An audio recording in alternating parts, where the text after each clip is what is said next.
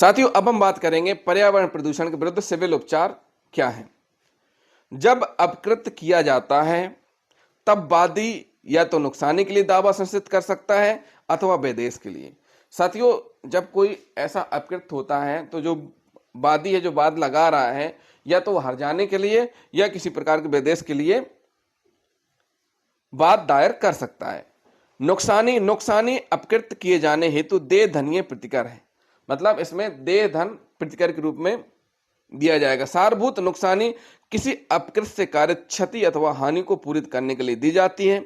उदाहरण के रूप में नुकसानी भयकारी प्रभाव पैदा करने हेतु दोषकर्ता के विरुद्ध दी जाती है। पर्यावरण प्रदूषण के मामले में प्रायः नुकसानी का दावा किया जाता है जब उपेक्षा का अपकृत्य किया जाता है अथवा उन मामलों में जो कठोर या पूर्ण दायित्व के सिद्धांत द्वारा आच्छादित होते हैं।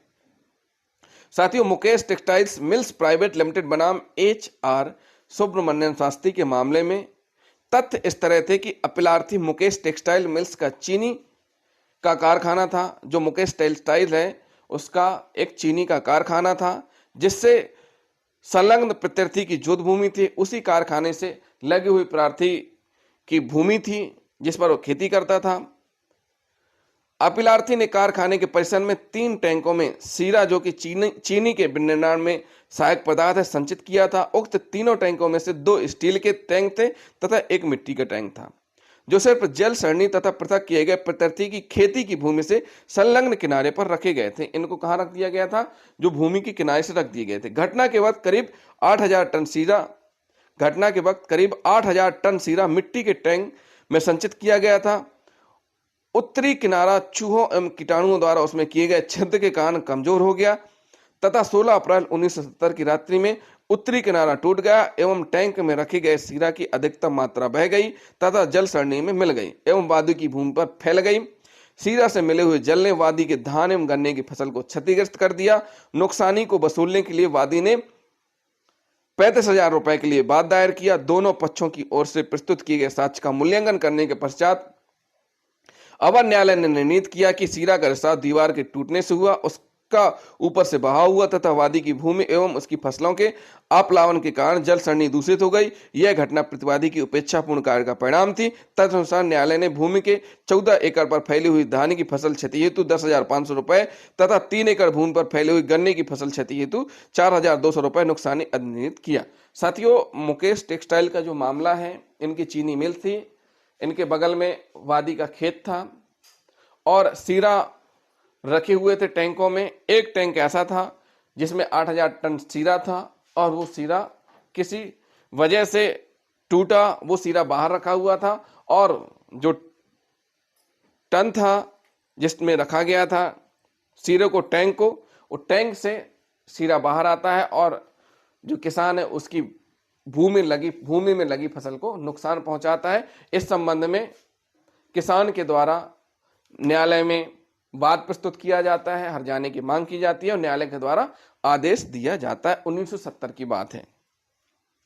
अवर न्यायालय के आदेश के विरुद्ध वादी तथा प्रतिवादी दोनों ने कर्नाटक उच्च न्यायालय में अपील दायर की।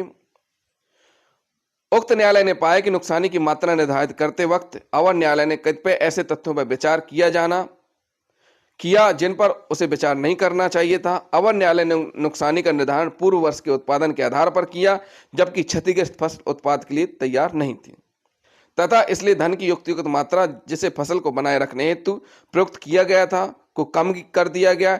इससे उच्च न्यायालय ने नुकसानी की मात्रा 14,700 रुपए से घटाकर 12,200 रुपए निर्धारित किया, पर उसने बाद की तिथि से वसूली की तिथि तक 6% की दर पर ब्याज अपनिर्धारित की।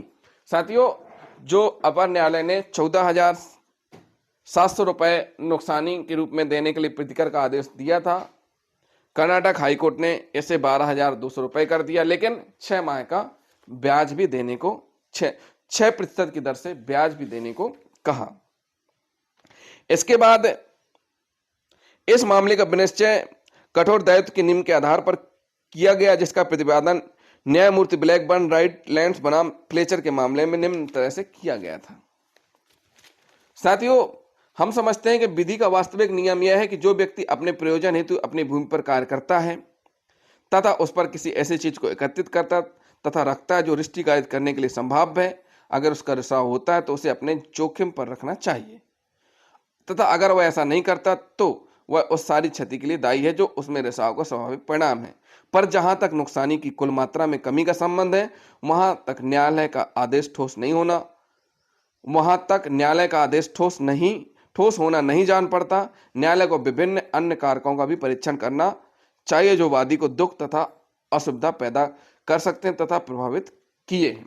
तो इस प्रकार से अगर जो मुकेश टाइटल्स है, मुकेश टेक्सटाइल हैं, जिनका चीनी मिल का कारखाना था, उन्होंने अगर कोई चीज खुले में रखी है तो उनकी उसमें जिम्मेदारी होगी, न्यायालय ने भी माना है।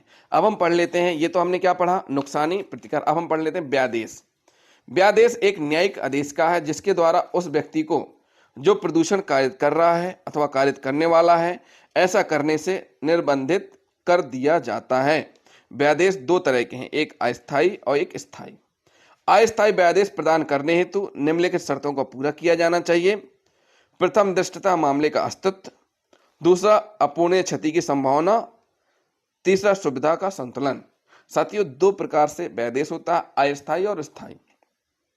स्थायी व्यादेश न्यायालयों द्वारा अकृत्यक कार्य के करने वाले को स्थायी रूप से अवरुद्ध करने हेतु प्रदान किया जाता है। व्यादेश का उपचार अत्याचार के मामले में बहुत उपयोगी है। यह न्यूसेंस के मामले में भी उपलब्ध है। बी वेंकटप्पा बनाम बी लोबिस के मामले में अपीलार्थी तथा प्रत्यर्थी पड़ोसी थे। जो आवेदक अनावेदक हैं, ये दोनों पड़ोसी थे। अपीलार्थी ने पूर्व पश्चिम की तरफ वादी की तरफ चिमनी का छिद्र करके चिमनी का संनिर्माण किया। मतलब जो अपीलार्थी ने पूर्व पश्चिम की तरफ वादी की तरफ चिमनी का छिद्र, जो अनावेदक है उसने आवेद की तरफ इस प्रकार से चिमनी का निर्माण किया कि छिद्र किसकी तरफ है, उसका वादी की तरफ। वादी का मामला यह था कि चिमनी से धुआं उसके स्वास्थ्य और उसकी संपत्ति के उपयोग में असुविधा और क्षति पैदा कर रहा है। अपीलार्थी को न्यायालय द्वारा, अपीलार्थी यानी अनावेदक, अपीलार्थी को न्यायालय द्वारा सकारात्मक आज्ञापक आदेश द्वारा वादी की संपत्ति की तरफ चिमनी के छिद्र को बंद करने का निर्देश दिया। तदुपरांत मामले को उच्च न्यायालय के सामने अपील में लाया गया। अपीलार्थी की दलील यह थी कि चिमनी के धुएं के उत्सर्जन से वादी को क्षति अथवा असुविधा के किसी सबूत के अभाव में वादी के लिए आज्ञापक आदेश की इप्सा करने हेतु विधिक कार्रवाई शुरू करने का कोई कारण नहीं है।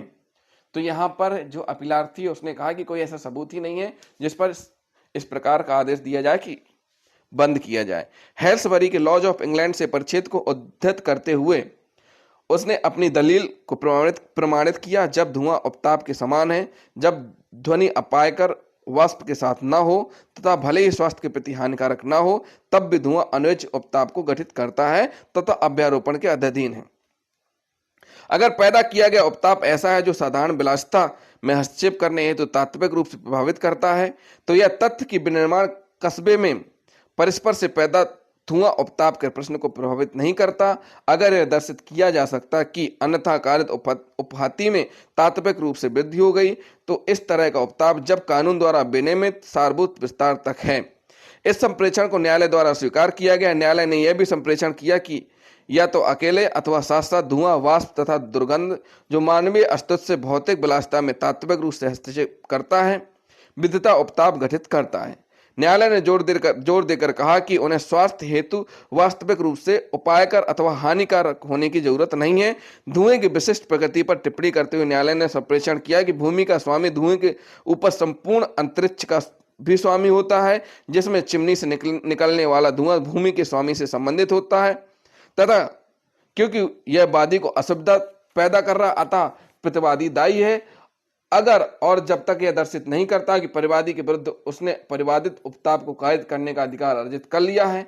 न्यायालय ने निर्देश दिया कि अगर प्रतिवादी वादी को उपताप कायद करने वाली चिमनी को छिद्र बंद करने में असफल रहता तो वादी प्रतिवादी के व्यग्र पर छिद्र को बंद कर सकता है।